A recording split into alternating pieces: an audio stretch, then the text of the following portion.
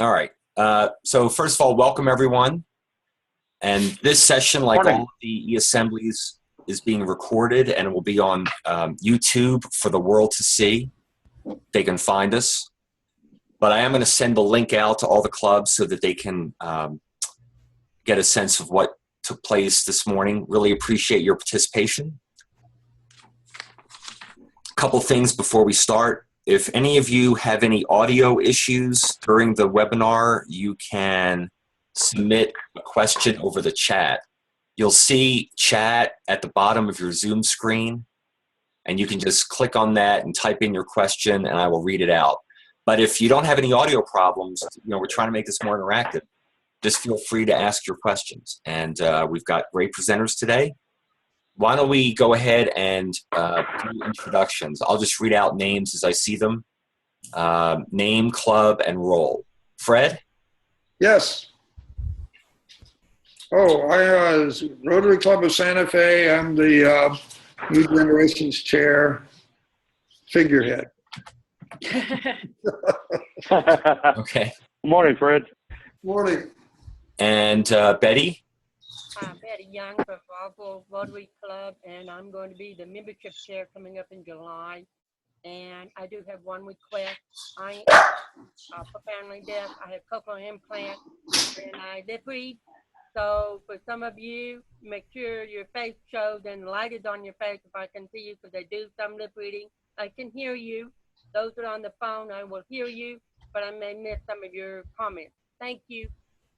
Thank you. Let's see. Dave, can you hear us?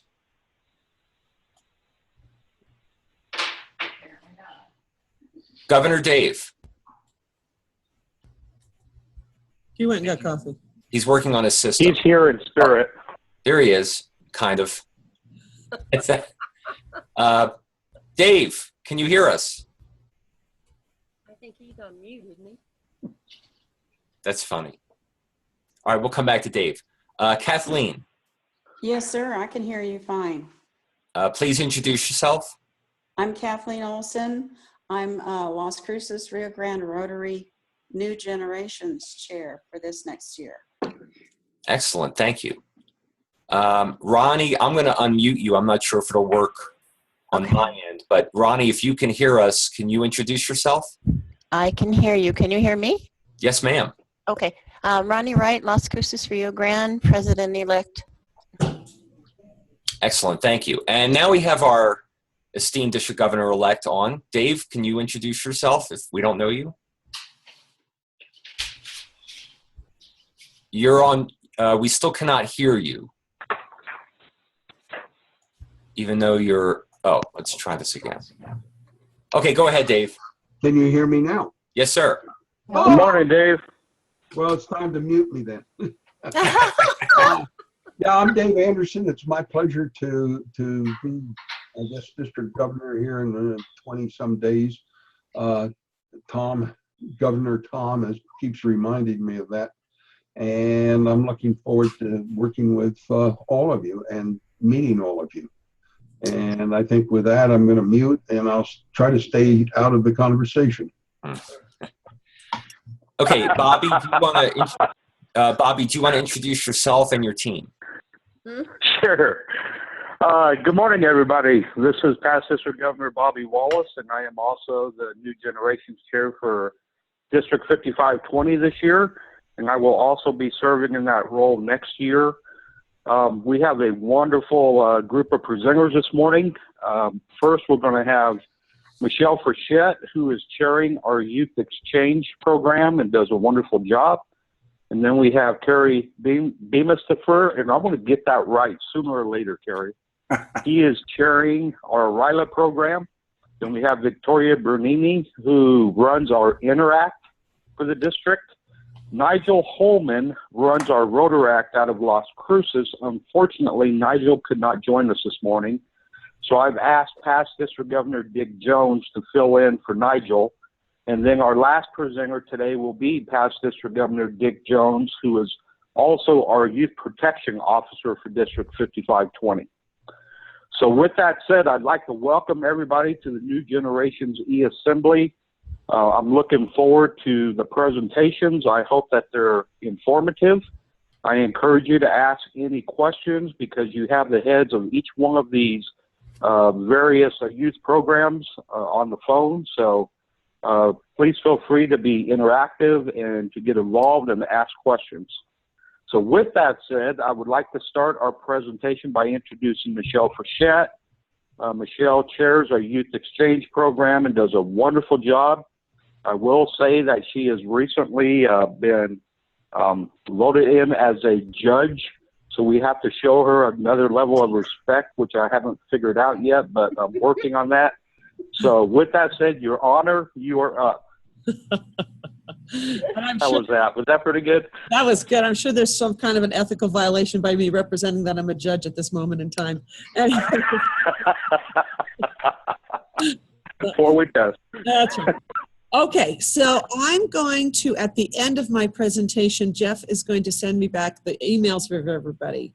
So I'm going to show you during my presentation a contact sheet and a budget sheet, and those items will be available to you at the end of the presentation.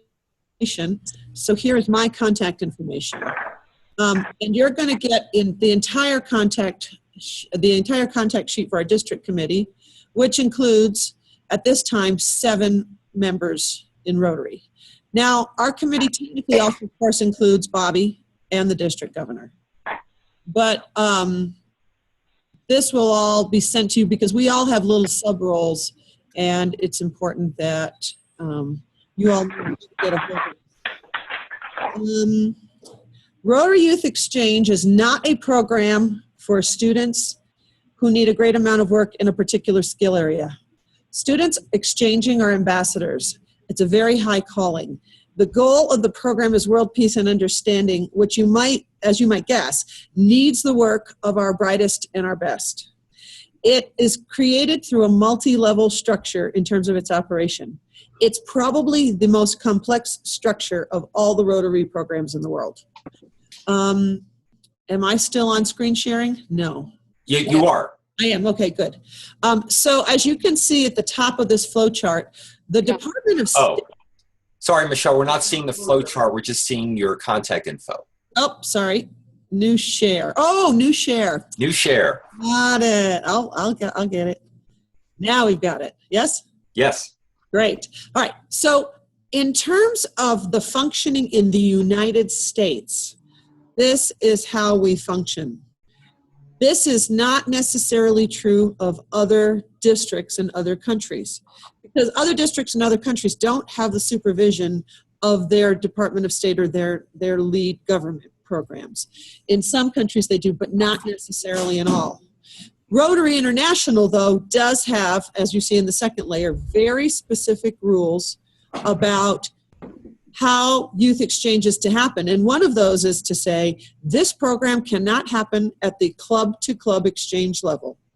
No Rotary district is supposed to permit any club to do a club-to-club exchange. That was ended in the 1960s. The Council on Standards for International Exchange Travel is a sidelight. It's sort of a non-governmental group that helps us with our certification. And South Central Rotary Youth Exchange, SCRI, that you see there in the middle, that is our multi-district. So SCRI is there to help us do documents, to help us do the group effort. For instance, we have a club right now that needs an inbound student, but we don't have enough in the pile because all of them got adopted, which is great. So we reach out to SCRI to get another student, or we reach out to SCRI to get guidance or a document that helps us to fulfill compliance standards. So as part of this certification package, we have to actually maintain compliance through an annual audit. And as you can see here, can you see my cursor? Yes. There is an annual audit on a random sample of these inbound students. So the 11 students that are going to be inbound in the next cycle, 1 or 2 of those students, their status in the computer system in our database will actually be audited, and I will have to actually provide very specific documents to answer to that audit to maintain our certification status. But of course, District 5520 is the actual holder of the Youth Exchange program. The Rotary Club committees, the Youth Exchange officer and their committee, are the day-to-day life of the exchange student. They select the outbounds, they place the inbound in a family. They give us the information so we can do a background check. So it's a very specific screening process between the host family, the club, and the youth exchange committee. So this branch is the most important of the entire program. So our district committee, we have very distinct tasks. Let me go ahead and let me go back to, this is where it gets complicated for me. Let's see. No, please move this window away. Stop. I'm sorry to interrupt, Michelle. Are your slides going to be available? I may have missed that point. I will give them to you at the end of the presentation. I'll email them to everybody. Thank you so much. No problem. So in order to accomplish this, the district committee members have very distinct tasks. We support and guide the clubs. All of the district committee members have basic compliance knowledge. They are able to help the clubs directly with how they implement the program. 2 district committee members are specialized in that compliance. That's Bianca Cheney and myself. Clubs can start this program to send a youngster abroad, or they can just receive an inbound. If a club today told me that they wanted to be involved in the next cycle, they could ask and I could find them. There's actually about 10 children available right now in Arkansas that we could reach out and adopt. So if a club today said, we really want to do youth exchange come August 1st, we can make that happen because we go find another application, we bring it back an inbound, and we show it to your club and we say, can you place this person in a host family? So for the club committee to get that started, our committee needs you to find 2 people in the club that can do the program. We can start with 1, but it's better to have 2. The role to get that done is there's a local coordinator, and the local coordinator has very specific training, and ultimately we will set 2 local coordinators to do all the compliance. Let's see. Michelle, are you supposed to be showing slides? No, I was just going to talk for a second. All right, thank you. So in order to start the club committee, we're going to do a background check on you. We're going to have another member of your Rotary Club do your references, and we're going to give you local video training, very similar to this. We hope to re-record it actually in Zoom pretty soon. So this local training will be available so you can do it in your pajamas with a cup of coffee. The Department of State also has a training module that's online where you do a little quiz that takes about 20 minutes. And that club committee is 95% of how the program operates. They place the student in a family, they check in monthly to assure things are going well. They find up to 3 families who are used for each exchange year. The host families include the student in their lives in every way. They can take them on vacation or they don't have to. They can have the club committee try to place the student temporarily if they need to go out of town. But they are treating the student as if they're their own child. Problem solving by the club committee with the host family and the student, if done proactively, is not hard. Obviously, things are not perfect in anybody's life, and there are always ways that we can support and help to make sure that things don't get big. The district committee is always available to be that secondary support, to give guidance. With 7 of us on the committee, there are plenty of us to give 24 hours a day, 7 days a week assistance. This program is not a travel program. It is not designed for, it's not designed for students to arrive here and then go on vacation with their best friend who's on exchange in Oklahoma, because that's not what this is about. They are here to go to school and to get to know their family, their club, and their community. Now, the outbound student process, to select them, there are very specific applications for the candidate to fill out. I'm going to go back to another document. And the outbound and inbound countries currently are these. So this is the kind of countries that the outbounds can choose from. And these are the ones that will be inbound in this next cycle. The country list is featured on our main on our public webpage. And the club, in order to find youngsters to go to these countries, will specifically do the first interview of a student. And in order for you to figure out what kind of student you're going to interview, just a minute. There we go. Let's see.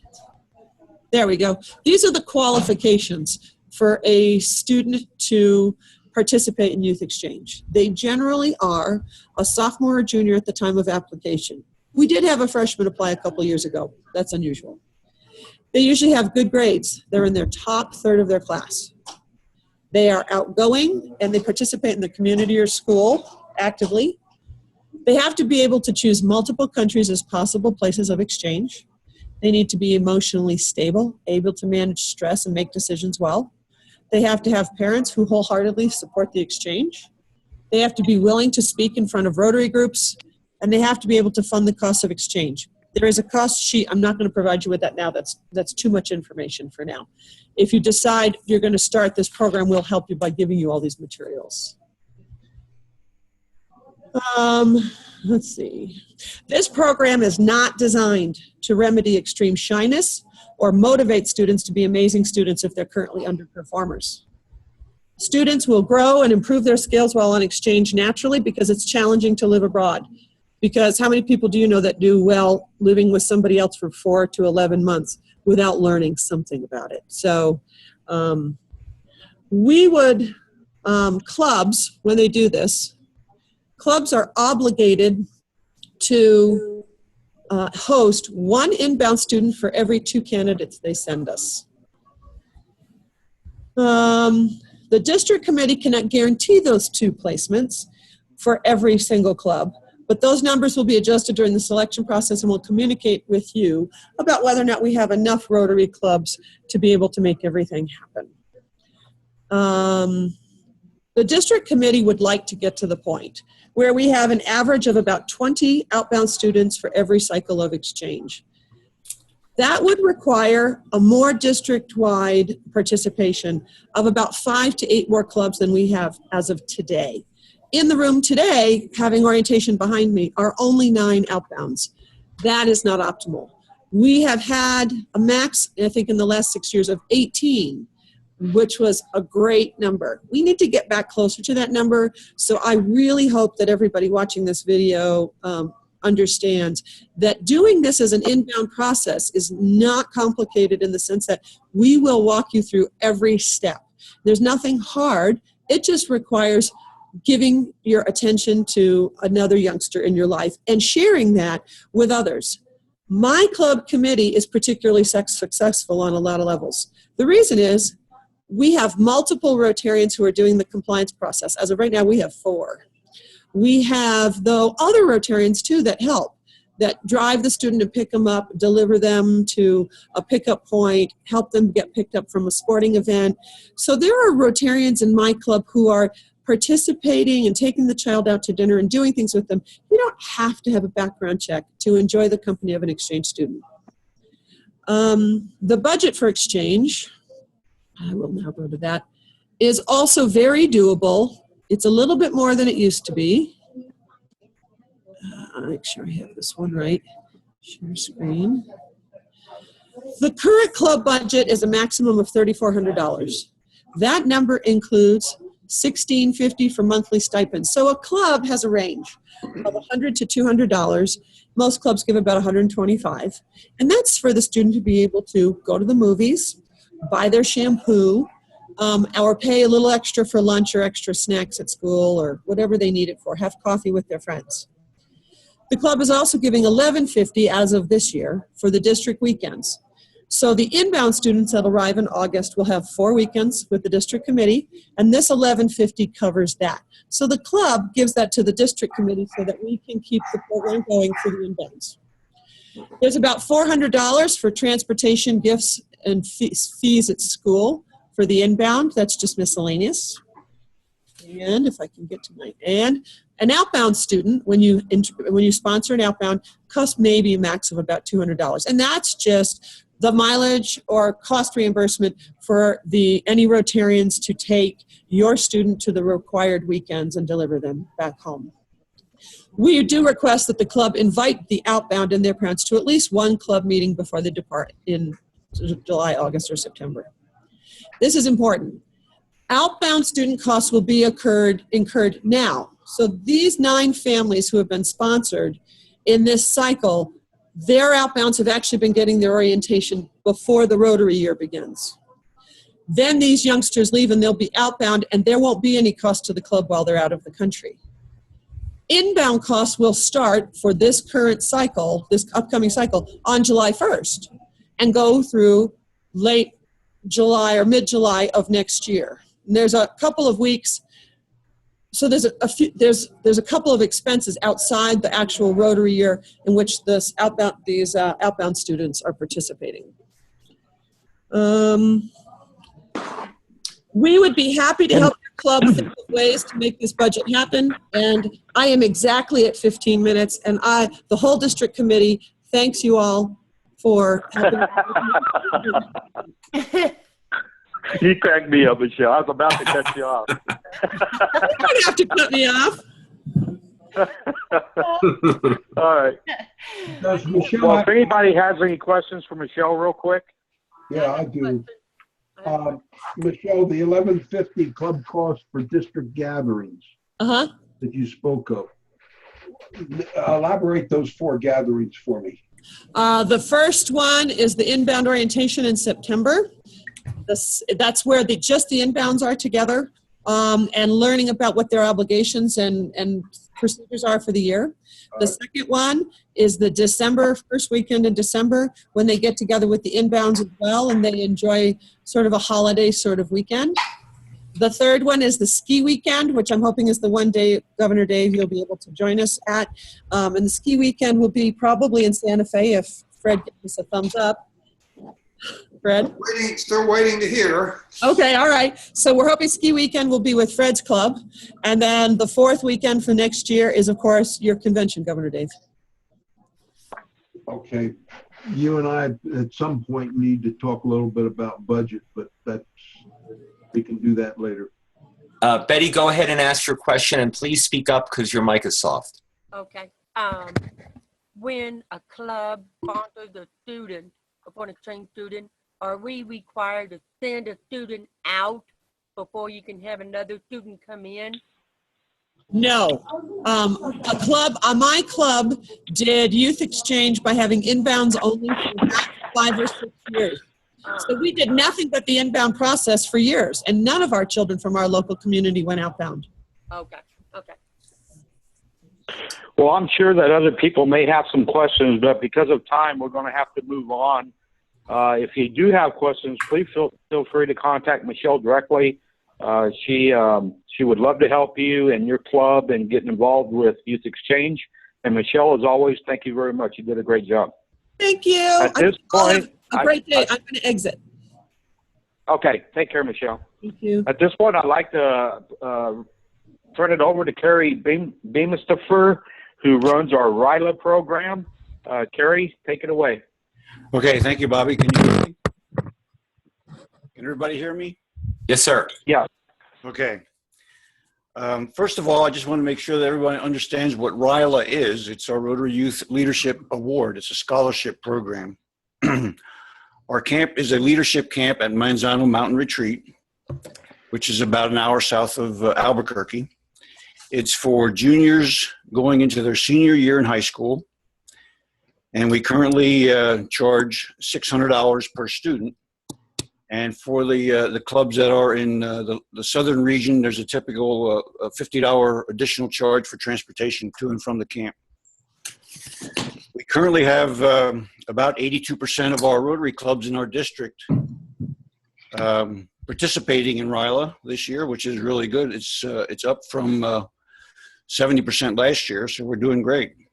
We have a separate boys camp and a separate girls camp. The boys camp is typically first, only because we're competing with football camps and soccer camps and work, and we found that the schedule-wise, it fits better for the boys to be first. How do we educate Rotary clubs and Rotarians about RILA? We have a website, which you can access through the district website or directly through RILA5520.shutterfly.com. We also have a RILA Facebook page, We have RILA brochures that we hand out at every conference and typically in any Rotary meeting that we participate in. We advertise and talk about RILA at PETS and the district conference. I send out a monthly newsletter and frequent emails to both presidents and New Generations and RILA coordinators. Some of our best advertisement comes from former campers and counselors, as well as former counselors or staff of our past camps. We have our district governor, and Tom, you did a fantastic job last year. We appreciate that. When you made your visits to the Rotary clubs, you talked about RILA and invited various clubs to join us. That was very helpful.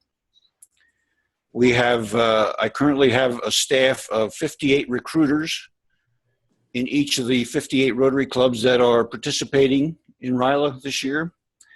And I communicate with them directly on a day-to-day basis or weekly basis whenever they're available or whenever they have a question.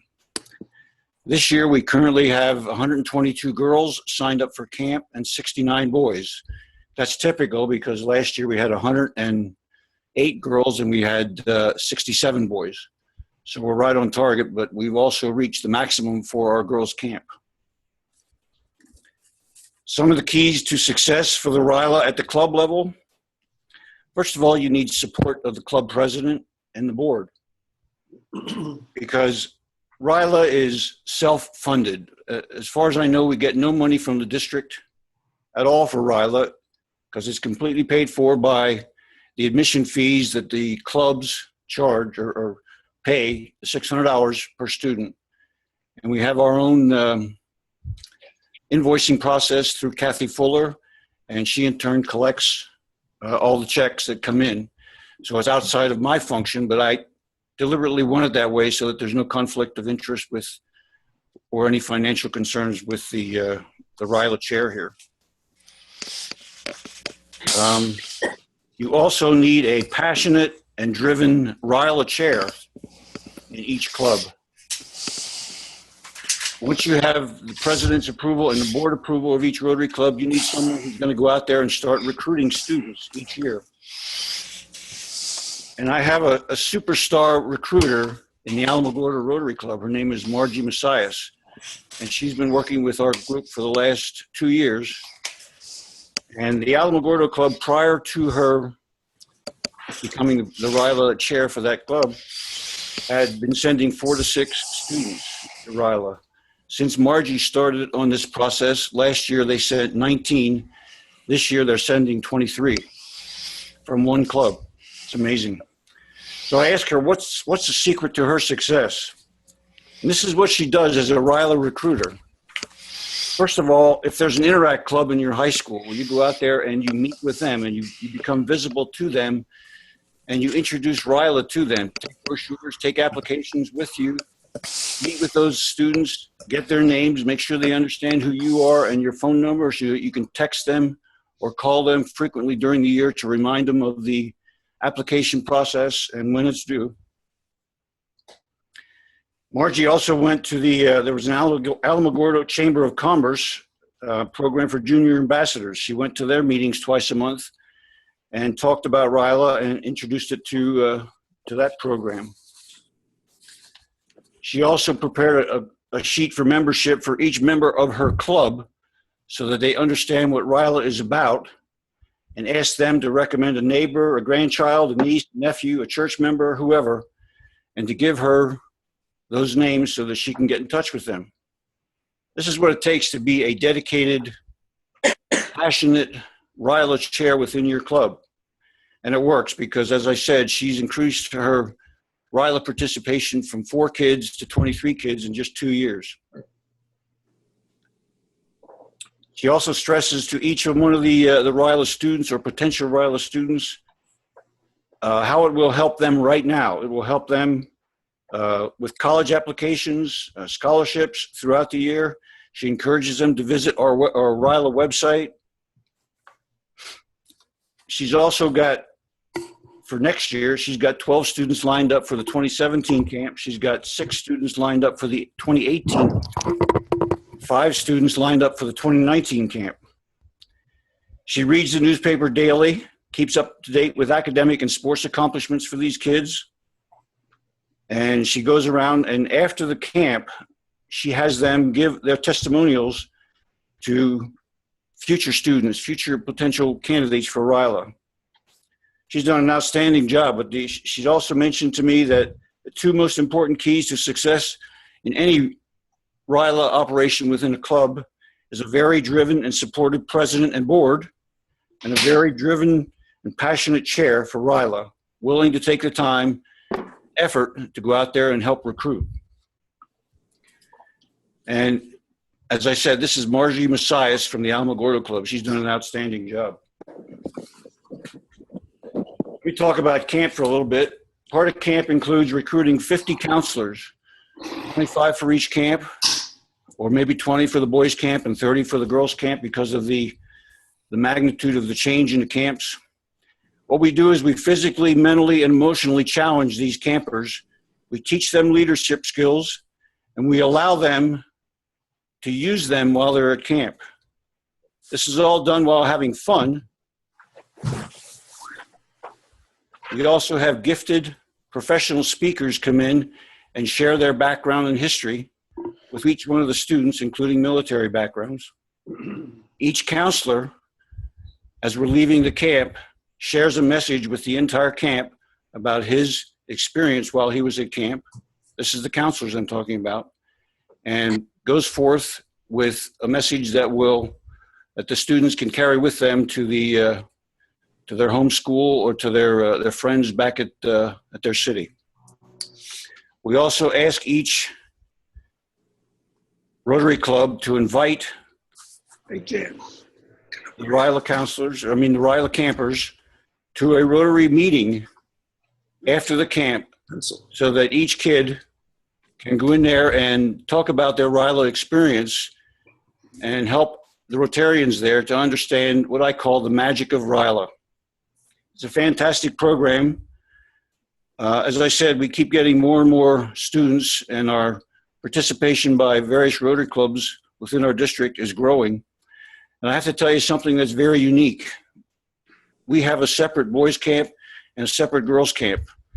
I went to Evanston at a RILA seminar about a year ago, and I found out that we're pretty unique within the world. Most camps are co-ed right now. There's only one or two others around the world that are separate boys camps and separate girls camps. So at some point, we want to explore that as a possibility, but we also want to maintain the success that we've had with separate camps. So there's an opportunity there looking us in the face, and we just need to see if that's possible to do that. So at this point, that kind of ends my presentation, and I'll take any questions that anybody has. Are these counselors that you recruit, are they like college kids or young adults to mentor these kids at the camp? Well, typically in the boys camp, we have older adults. We've started to recruit some younger people with that. Typically in the girls camp, we have some older adults, mostly younger adults, and probably a larger group of college students who were previously RILA campers and wanted to come back and be either junior counselors, or if they participated in the past as a junior counselor, then they could get promoted to the position of a senior counselor. Kerry, Dave Anderson, you outlined what has been done by the RILA chair at the Alamogordo Club. Is there can you give me just a real quick talk sheet on that, on those actions that she's taken to achieve this remarkable increase? Could you repeat that, David? It was breaking up a little bit. Okay, on the success that the Alamogordo chair has had in recruiting, you give me just a portion of a page on an outline of what's been done, what she has done to do this, I'd like to use that in my visits. Oh, yeah. Yeah, he can provide that to you. I'll send that to you, Dave, and anyone else who'd like to see. In fact, I think it would be good if we could put it into the district newsletter at some point. There's also an article that she gave me from one of the students who was recently accepted at one of the military academies, and he mentioned RILA on his application, and the person who was recruiting military academy saw that and had been a previous RILArian and automatically honored the kid's application. So there's things there that RILA is doing for these kids that we need to broadcast a little more than we have. I'd appreciate Well, it. Carrie, You want to send me like that. Thank you. Okay. well, thank you, Carrie. And for the sake of time, we need to move on. If anybody has any questions whatsoever concerning RILA, please contact Carrie. He'll be more than happy to work with you and work with your club. As all of you know, I'm a RILA alumni, and that program just changed my life. So it's a great program. Carrie, you're doing a wonderful job, and we appreciate it. Thank you. Thank you, Bobby. At this point, I'd like to introduce Victoria Brunini, who runs our Interact program and has, well, I'll tell you, we've had a bang-up year in Interact this year. You've done a great job, Victoria, but I'd like to turn it over to her at this time. Can everybody hear me? Yes. Yes, ma'am. All right, great. So I'm Victoria, and I'm going to kind of just speed through. I think everyone's familiar with what Interact is. It's clubs that are either community or school-based for 12 to 18-year-olds. The word Interact actually stands for International in Action. And really what is primary for existence for a club is they must complete 2 community service projects, one for their community or their school and one for international. They must have monthly board meetings, and they must meet 2 to 4 times a month. One of the things that really lacks with our district is the reporting process, and so that's really an important thing on an annual basis. It's so simple. You go into Rotary International, and you literally, it's about 2 minutes of going in and updating how many members you have and who your club contact is for your club itself. What's great about me following RILA today is one of the best opportunities your club has to start an Interact club is recruiting your candidates that have just completed the RILA process. And when they come back, they're really super excited about Rotary, and they are the best liaisons to go into the school and to actually start an Interact club if you're interested in doing it. Because really it's not one of those, Interact's not one of those things, if you build it, they will come. You really have to have a school that's engaged. You have to have students that are engaged. You have to have a school advisor that's engaged, or you will not be successful. So again, they have to meet 2 to 4 times a month, but I found that really staying consistent and meeting on the same day every single week tends to work a lot better. It's important that one of the hardest things about Interact is that every year you're going to have seniors that graduate, and you have to go again and recruit. So the club that we have at Capitol High School has 17 members, and I think 14 of them were seniors. So we'll start, and of those 14 seniors, some of those members were there for the entire 4 years of their high school process. But we'll go into next year with our vice president as an underclassman, and he'll have to rebuild the entire club so that they can get back up into those numbers. Another thing that we found is a really a success is that we started to provide a lunch. One of our clubs is the Interact Club at Capitol High School. Most of the students are a free or reduced lunch, and so we actually started to provide sandwiches on a weekly basis, and our attendance went from about 50% weekly to almost 100%. So we have 17 people there every single week. And so we did find that. Imagine what food can do. Yes, actually. There's some truth to that. And then really the last most important thing is that your school advisor, it either be a teacher or a counselor or something of that nature, that they are really passionate about it. If you don't have support in the school, it becomes really challenging because you can't speak to the students on a daily basis. You just don't get the support. And so if you're starting an Interact Club, it's really crucial that you find somebody that's in the school itself that's going to be able to motivate, to communicate, to help you on the ground level. And that's really it in a nutshell. Does anyone have any specific questions for Interact?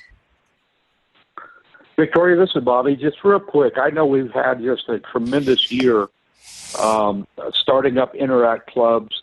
Do you know, and I know we've always struggled with this because, clubs come, clubs go, but do you have an idea of how many Interact clubs we have in District 5520 right now? Well, see, again, Bobby, that goes back to that problem of the reporting on an annual basis that are districts. Yeah.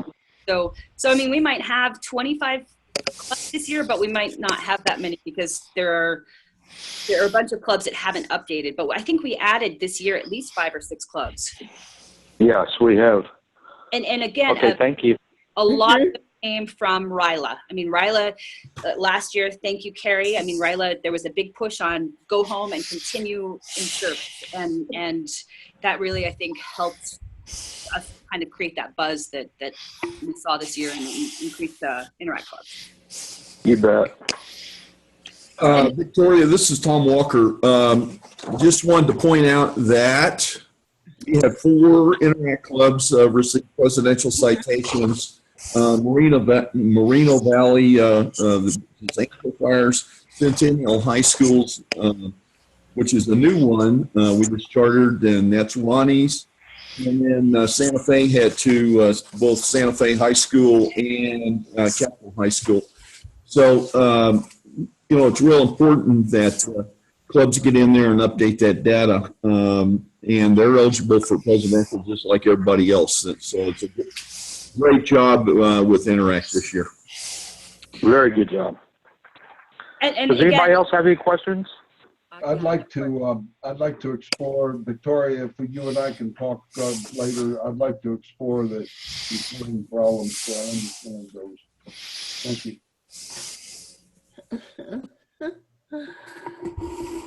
I couldn't really hear you, Dave, but I'm sure we'll follow up. And I don't really have much more than that. So unless anybody else has any questions, we will send out, Bobby, I'll have you send out a link to get to that reporting so that all of the clubs can possibly, with a plea, update their information. And again, it's, we'd love to see some more representation at the district conference and such, but we need to get that reporting part kind of squared away first, and then that way we can all know exactly how many clubs we have in the district. So, and if anybody has questions, just don't hesitate to contact me. Sounds great. Well, Victoria, again, good job this year. Thank you very much for your presentation. If anybody has any questions concerning Interact, please feel free to contact Victoria.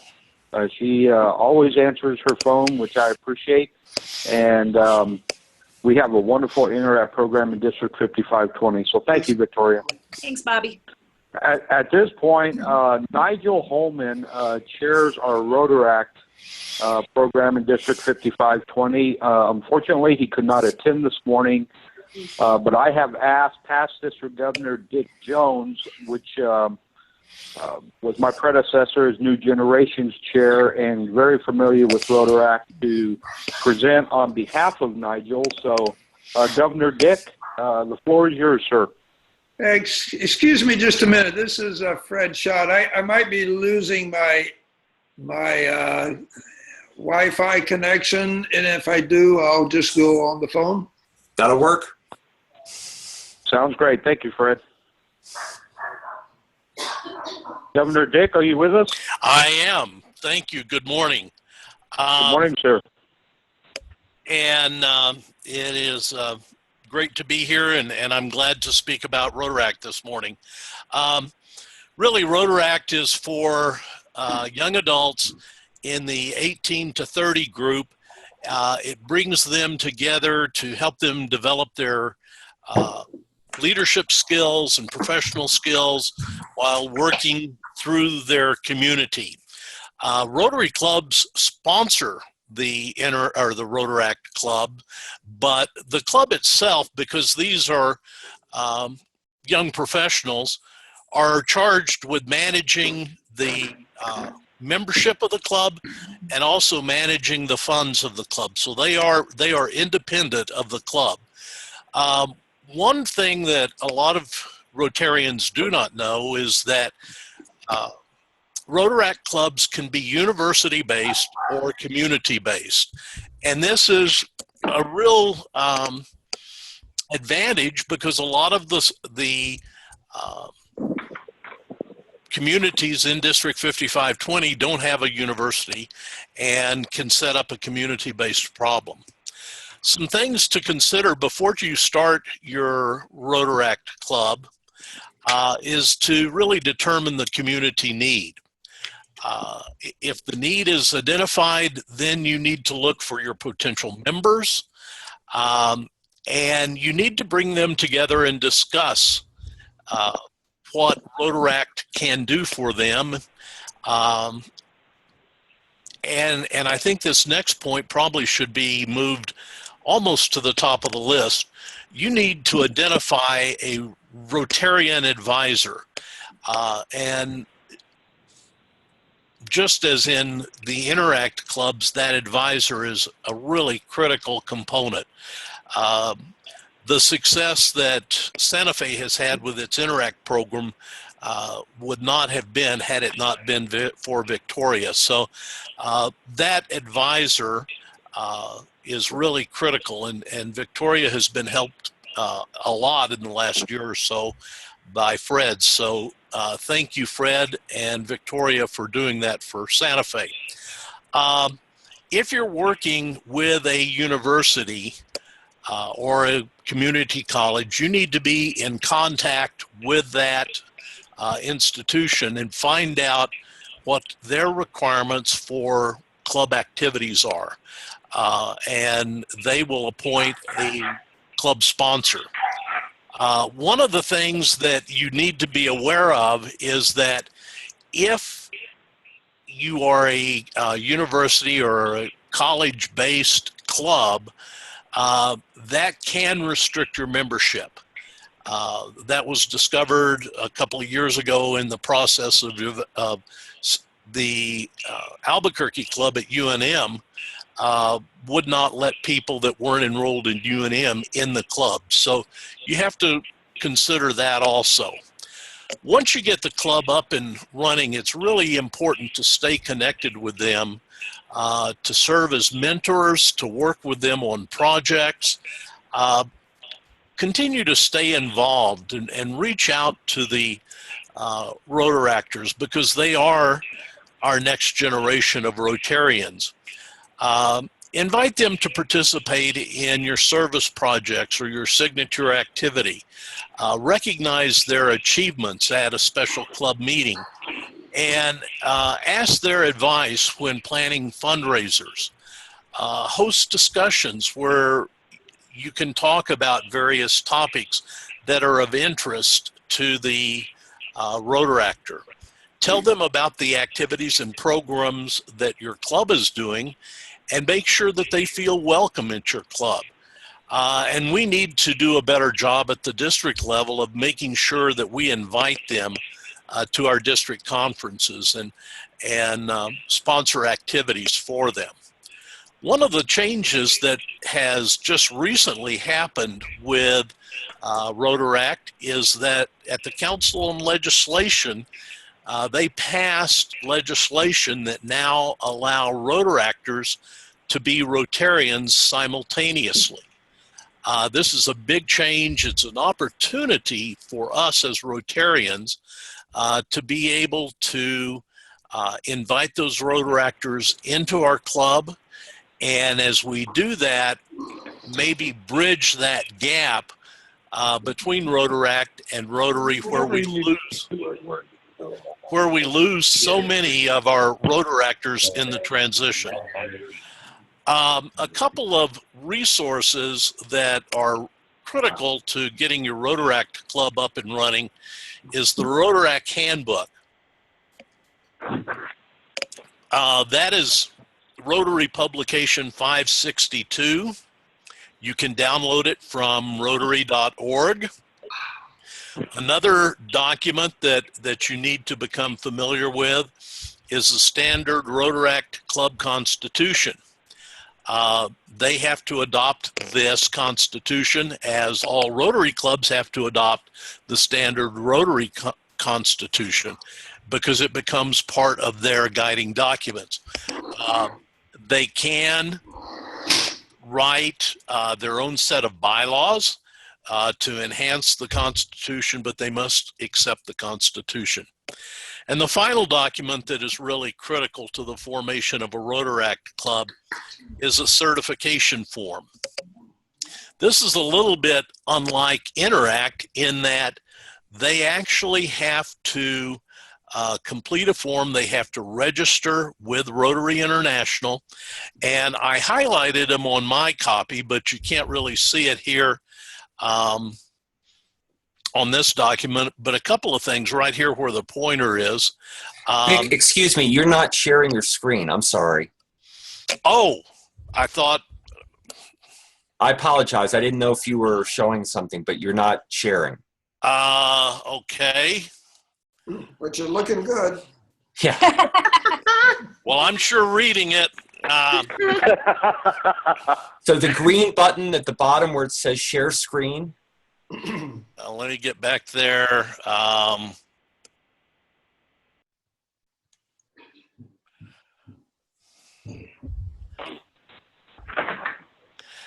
sorry, I do not see a green button. It could be on the top right if it's not on the bottom, and it just says share screen or share content. Okay. Dick, you Share may screen. It's in the. have to move your cursor over the bottom part of the screen to see it. Yeah, I see it. Okay.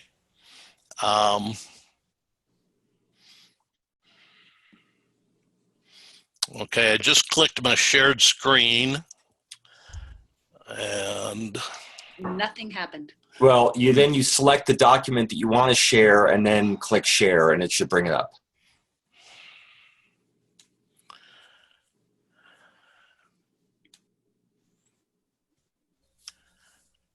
did that work? It did not. I'm sorry. Okay, let me go back and try it one more time.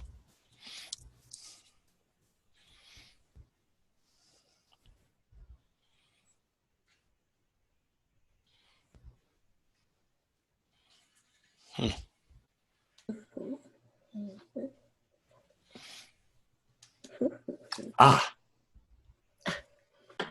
Good. Okay. All right. I'm sorry for that. About the time that I started talking, it popped up on my monitor, and boy, I thought we were off and running. So anyway, I will be happy to share the slides and everything, and we'll just pick up where we are. And anyway, right here in the middle, there is the statement that there is a $50 application fee that is required. A couple of other things that are required are right over here, where we have the president of the Rotaract Club has to sign off. The sponsoring club president has to sign off, and the district governor has to sign off. So this document does need to be completed. One of the things that Rotary was requiring is that the Rotaract president goes into the RI website once every 6 months and updates their records. This is because a lot of clubs, Rotaract clubs, had not been keeping their records current, so they're putting that up on a regular basis now that they need to do. So before we move on, are there any questions about Rotaract? No, but you know what I think is interesting? I was not able to look at your sheet here. When I clicked download, it said, I'm sorry, you can't do this because someone else is sharing. Don't regard. If you can send that by email, that would be later on, that'd be great. All right, I will do that. Yes. Sorry Okay. about Well, that. again, Because of time, if anybody has any questions for Governor Dick, please feel free to call him or email him. He is very good at responding. Dick, thank you very much. And in closing, past District Governor Dick Jones also serves District 5520 as our Youth Protection Officer. And I've asked him to spend a few minutes just to talk about that role and the importance of that role in our district. So, Dick, at this point, please talk about our youth protection. All right, and I hope you can still see my screen. We can't see, we only see your launch meeting Zoom window for some reason. We're not seeing your desktop. Okay.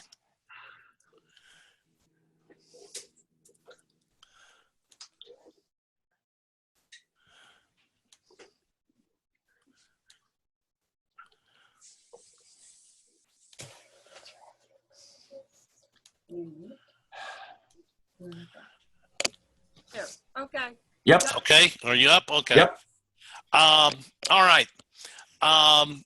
District 5520 takes youth protection very seriously. We have approved 3 statements. They are in the presentation, but they are also posted on the district website. We have a statement of conduct for working with youth.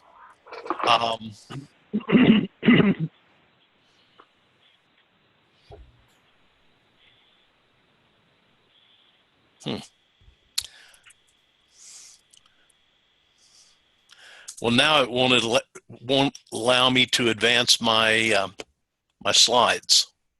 Oh, that's okay.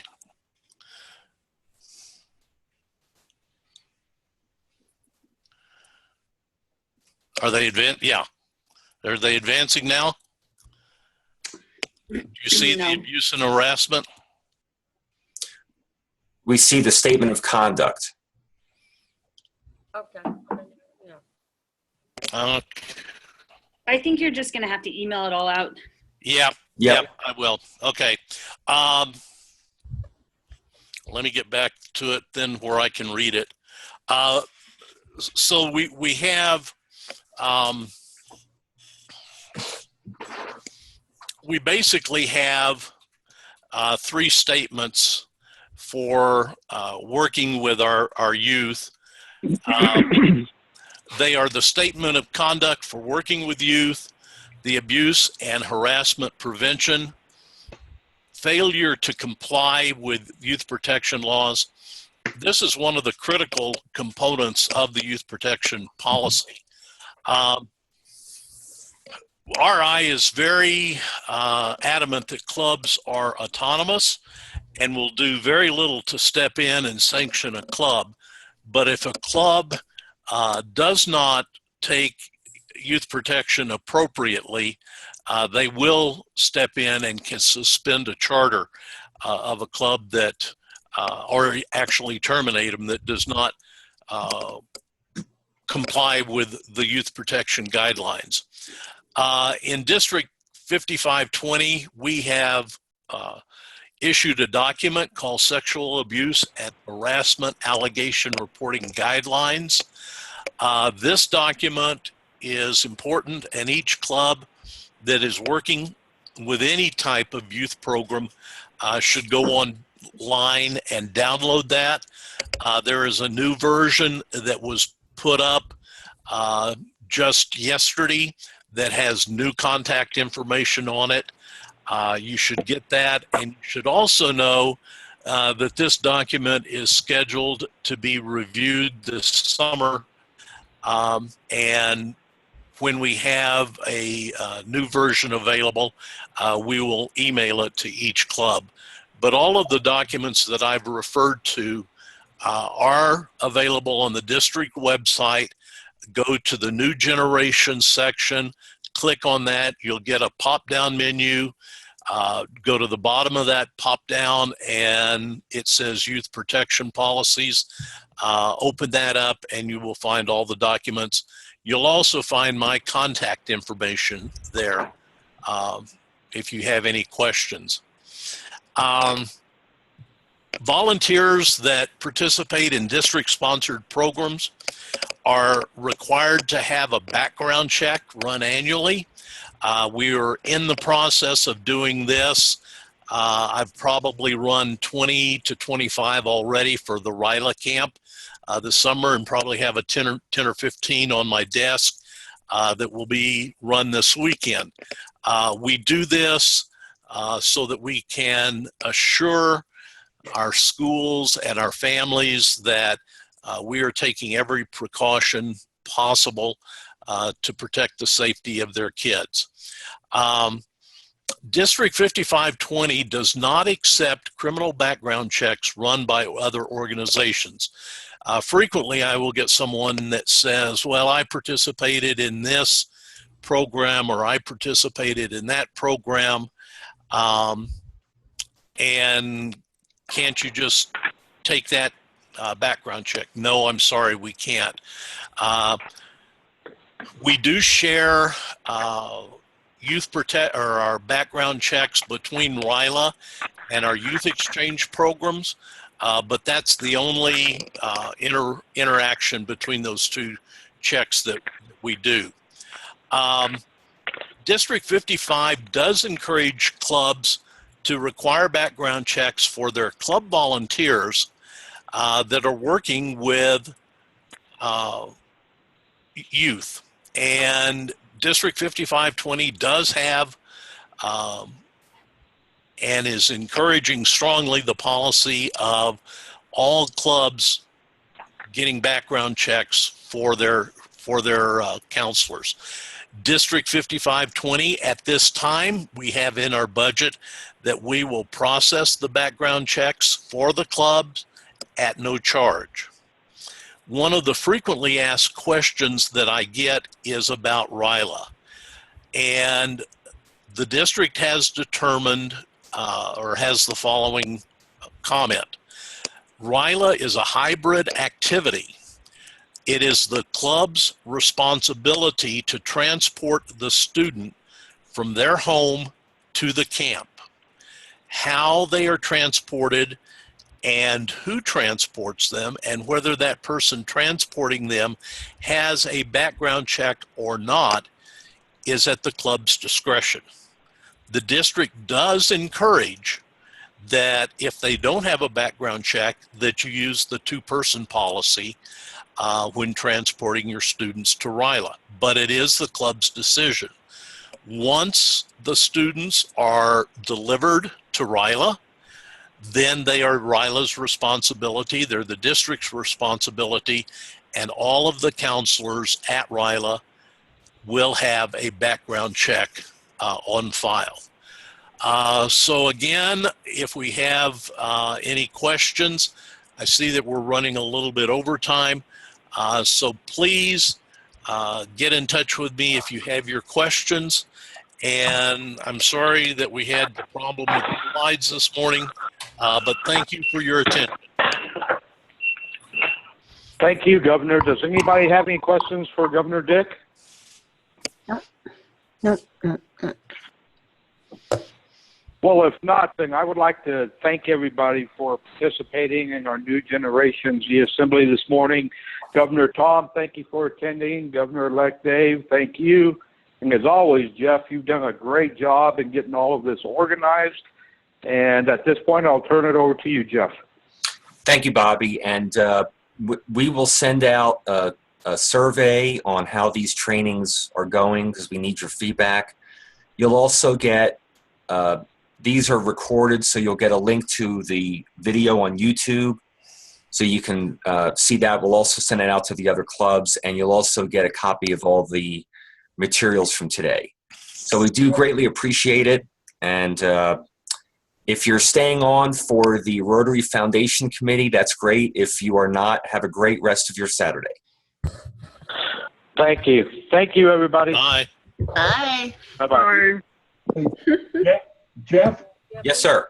I have a question. Is it possible for you? oh man, I've got all kinds of stuff popping up on my screen. Well, Dick is still sharing his screen, so I'm going to share mine to get out of it. I'm going to try to exit. Yeah, thank There you. we go. Yeah. Is that possible? Okay. All Betty, right. you are still soft. I can hear you, but it's Okay. Is this better? yes. Okay. Is it possible for you to send out an email with a list of all the people who participated with their names and what clubs they're with, what town they're from, and all that stuff? Is that possible? It is. There were a few people that registered that did not attend. Okay. Okay. So I will send out the list. There were I think 8 or 9 registered, and we had 5 or 6 attend. Okay. So, yes, And- I can send that out. Okay, thank you. Because some of these people I don't know, and I would like to be able to email them. Sure. And my memory is too short, so if you can send that out, thank you. I appreciate it. You I'm got going it. to take a potty break real quick, but I'll be right back. Okay. You got it. Tom, I've got the PowerPoint and I've got the video uploaded on it, so we should be good to go. I'm going to try sharing my screen, and I just gave that to you as a backup, but I've also made some modifications to it, and I'll send you a new version without the video in it. But do you have the video also? Well, I'd send it. I'd email it to you, except it's 350 megabytes. Right. No, I have it, but if you're going to share your screen, do you have it? Yes. Okay. And just so you know, if you're sharing your screen and the video is not actually part of the PowerPoint. It is. It is. Okay, fine. Because that's what I was looking at this morning. So good to go. Hi, Yale. How are you? He's on mute right now. Unmute. Good morning, Jeff. Good morning, governors.